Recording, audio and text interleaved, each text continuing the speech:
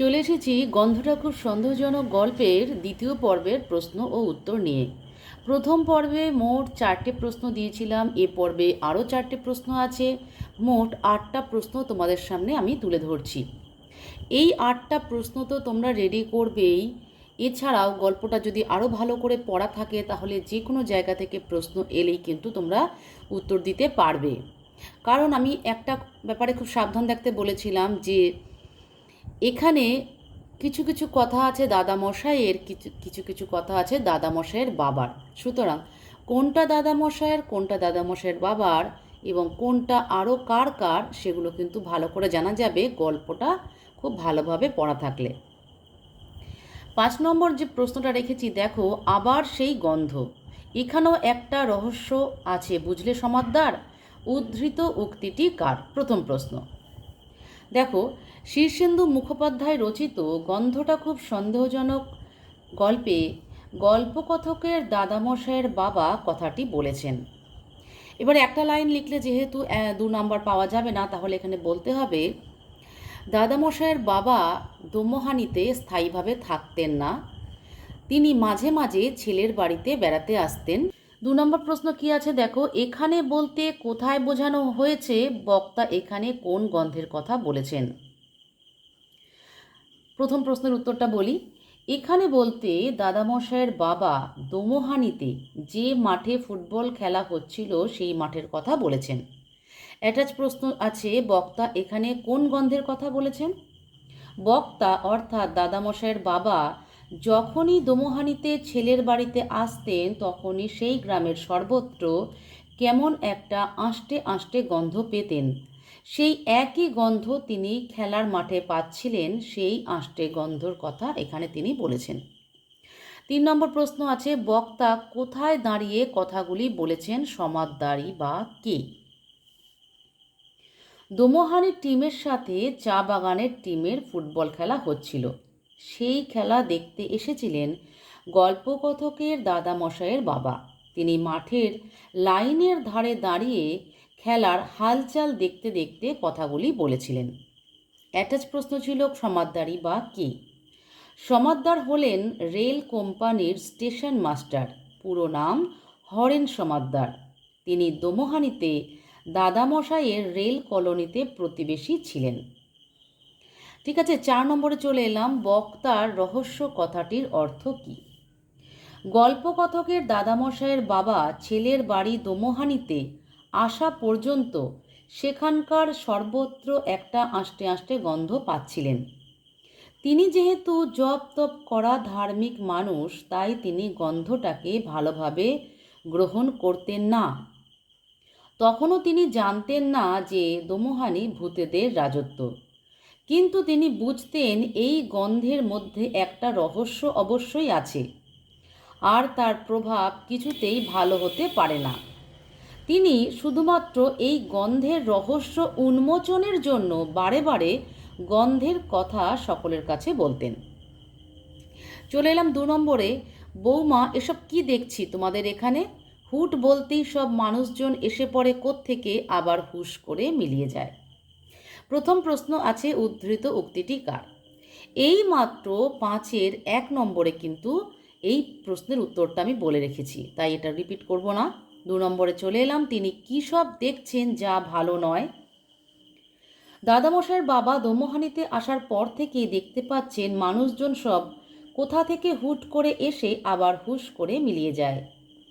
একদিন মাঝরাতে উঠে বসে একটু তামাক খাওয়ার কথা ভাবতেই কোত্থেকে একজন হুট করে এসে তামাক সেজে কলকেটা হুঁকোয় বসিয়ে দিয়ে গেল। এরা যে মানুষ নয় তা তিনি বোঝেন, এজন্যই তিনি আষ্টে গন্ধ পান। তিনি মনে করেন এইসব ভৌতিক ব্যাপার কখনোই মঙ্গলজনক হতে পারে না। 3 নম্বর প্রশ্ন আছে দেখো, কোন মানুষজন হুট করে এসে হুশ করে মিলিয়ে যায়? দোমোহানির সর্বত্র ভূতেদের রাজত্ব, আর ভূতেরা অশরীরী, তারা সব বাতাসে মিশে থাকে। কারো কোনো প্রয়োজন অসুবিধে হলেই একটু ডাকের অপেক্ষাতেই থাকে তারা। মানুষের উপকারের জন্য তারা যেন সদা তৎপর এই দোমোহানিতে। কখনোই কারোর ক্ষতি করে না তারা, তাই তারা ডাকতেই হুট করে এসে প্রয়োজন মিটিয়ে দিয়ে আবার হুশ করে মিলিয়ে যায়। 4 নম্বরে চলে এলাম, শ্বশুর মশাইয়ের এসব কথার উত্তরে বৌমা কেন চুপ করে থাকে। শ্বশুর মশাইয়ের এইসব কথার উত্তরে বৌমার কিছুই বলার নেই, তাই সে চুপ করে থাকে।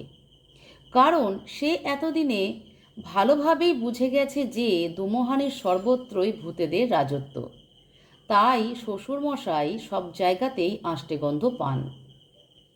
বৌমা যদি সত্যি কথাটা বলে দেয় তাহলে শ্বশুরমশাই দোমোহানিতে তাদের সকলের থাকার ব্যাপারে আপত্তি করতে পারেন, তাই বৌমা চুপ করে থাকে। চলে এলাম 7 নম্বরে, সেই শুনে ছেলেটা তো হেসে কুটিপাটি বলল, দাঁড়াবো কেন, তোমার কিসের ভয়। উদ্ধৃত উক্তিটি কার? মন দিয়ে শুনবে। শীর্ষেন্দু মুখোপাধ্যায় রচিত গন্ধটা খুব সন্দেহজনক গল্পে উদ্ধৃত উক্তিটি একটি ভূতের। কারণ উক্তিটি যাকে করা হয়েছিল তারা যেখানে থাকত অর্থাৎ দোমোহানিতে, সেখানে সর্বত্রই ছিল ভূতেদের রাজত্ব।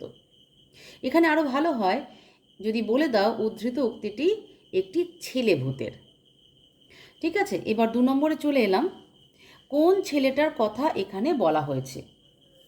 গল্পকথকের বড় মামা একদিন সন্ধ্যার সময় মাস্টারমশাইয়ের কাছে পড়তে বসে বাথরুমে যাওয়ার দরকার হলো, কিন্তু অন্ধকারে বড় মামার ভয় হচ্ছিল বলে অন্ধকারের উদ্দেশ্যেই এই শুনছিস বলে ডাকতেই তারই বয়সী একটি ছেলে এসে হাজির হয় বাথরুমে দাঁড়ানোর জন্য। সেই ছেলেটির কথা এখানে বলা হয়েছে। ছেলেটা কেন হেসে কুটিপাটি? বড় মামা বাথরুমে যাওয়ার জন্য যাকে অন্ধকারে ডেকেছিলেন সে আসলে একটি ছেলে ভূত। ভূতটি জানতো বড় মামার কিসের ভয়। ভূতের ভয়ে বড় মামা একটা ভূতের কাছেই সাহায্য চাইছেন বাথরুমে দাঁড়ানোর জন্য। আর এ কথা জেনেই ছেলে ভূতটি ঠাট্টা করে জিজ্ঞাসা করে তার জন্য দাঁড়াতে হবে কেন, ভয়টা তার কিসের। এই ঠাট্টা করতে গিয়েই ছেলেটি হেসে কুটিপাটি হয়। 4 নম্বরে চলে এলাম, উক্ত কথাটি কাকে বলা হয়েছিল, তার কিসের ভয়। খুব মন দিয়ে শুনবে। উদ্ধৃত কথাটি গল্পকথকের বড় মামাকে উদ্দেশ্য করে বলেছিল ছেলে ভূতটি। সন্ধ্যাবেলায় মাস্টারমশাইয়ের কাছে পড়তে বসে বাথরুমে যাওয়ার প্রয়োজন হলেও ভয়ে তিনি যেতে পারছিলেন না।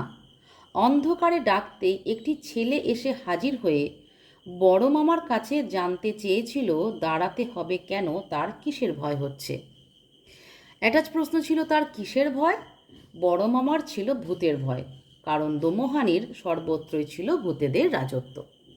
চলে এলাম 8 নম্বর প্রশ্নে। দেখো কি আছে, এ তো ভালো কথা নয়, গন্ধটা খুব সন্দেহজনক, আপনি কে বলুন তো। কে? উদ্ধৃত উক্তিটি কার? উদ্ধৃত উক্তিটি শীর্ষেন্দু মুখোপাধ্যায় রচিত গন্ধটা খুব সন্দেহজনক গল্পে একটি ভূতের।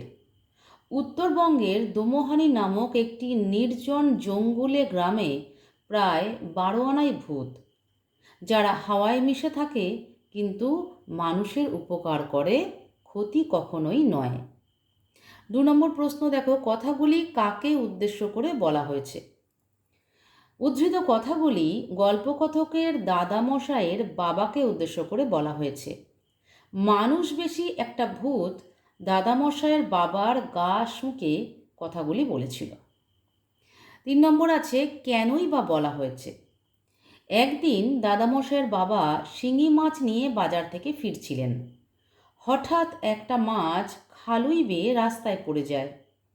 মাছের কাঁটার আঘাতের ভয়ে যখন মাছটি ধরতে হিমশিম খাচ্ছেন দাদামশাইয়ের বাবা, তখন একটা লোক সহৃদয়ভাবে এসে মাছটিকে ধরে খালুইতে ভরে দিয়ে চলে যাচ্ছিল।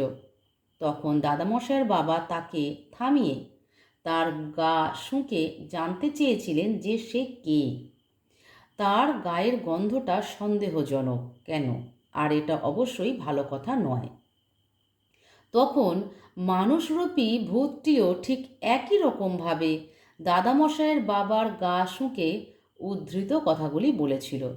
ভূত হলেও তাদের আত্মসম্মানবোধ প্রবল।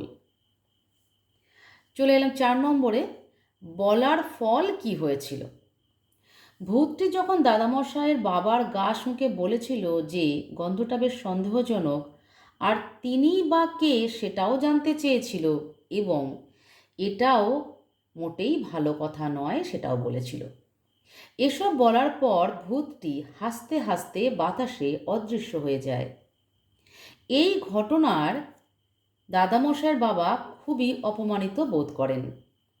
একটা ভূত হয়ে একজন গণ্যমান্য পণ্ডিত ব্যক্তির গা শুঁকেছে, এটা তিনি মেনে নিতে পারেননি।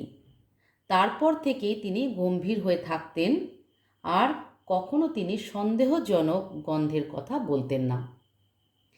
তো 8 নম্বর প্রশ্নের উত্তর আমার বলা হয়ে গেল। মোট 8টি প্রশ্নের উত্তর আমি বলে দিলাম তোমাদের 2টি পর্ব মিলে।